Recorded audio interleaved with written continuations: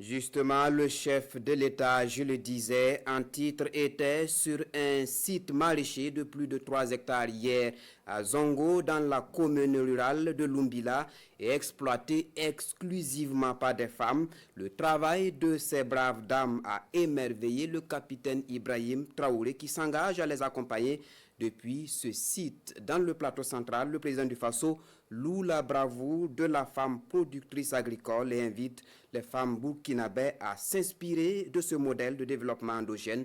La visite du chef de l'État est commentée par Yarki Teda.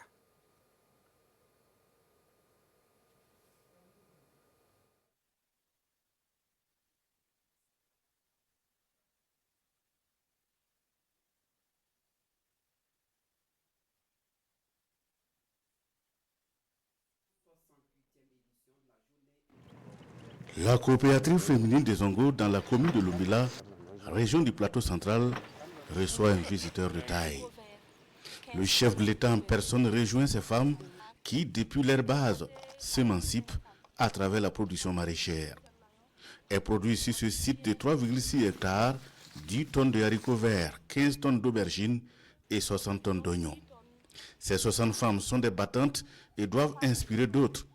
Le président du Faso, le capitaine Ibrahim Traoré, est fier du travail fait par ces femmes et à travers elles, il s'adresse à l'ensemble des femmes du Burkina.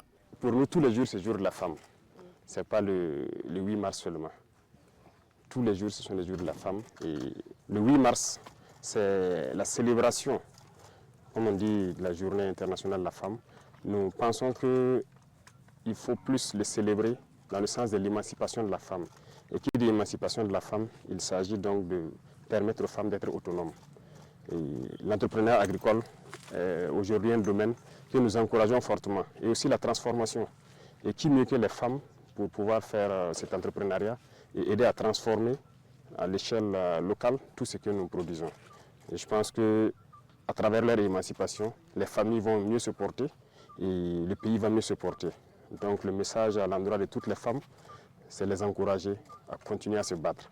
Elles sont des battantes, en témoin celles qui travaillent ici, qui passent toute la nuit à garder leur champ. Ce n'est pas facile avec tous les problèmes qu'on a pu suivre. Et c'est valable pour toutes les femmes du Burkina Faso. Nous passons un peu partout, nous suivons. Nous mettrons tout en œuvre pour les permettre d'atteindre leur objectif, de s'émanciper et de pouvoir jouir pleinement donc, de leurs activités. Plus qu'une visite, les femmes de la coopérative des Zongo voient derrière ces déplacements une estime, un honneur à elles fait et surtout une marque de sympathie d'un président en phase avec toutes les couches de la société. L'encadrement technique de la coopérative et les bénéficiaires elles-mêmes manquent visiblement de mots pour qualifier cette visite surprise. Ça a été vraiment une surprise pour nous parce qu'on ne s'attendait pas à le voir. On s'attendait à avoir un partenaire au lieu du président. Donc vraiment on a aimé. Voilà, on a aimé. Il est venu vraiment nous mettre en confiance. Voilà, donc sincèrement, nous le remercions pour cette visite. Nous sommes très contents de cette visite du chef de l'État qui nous honore. Il a touché du doigt nos réalités et a promis nous soutenir. Ce soutien sera bénéfique pour nous et nos familles.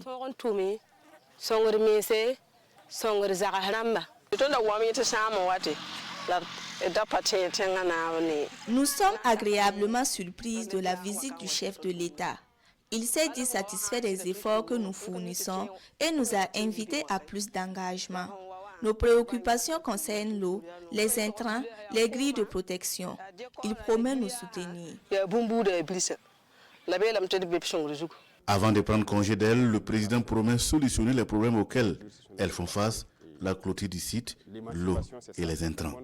Cette visite intervient au seuil de la célébration de la Journée internationale des droits de la femme.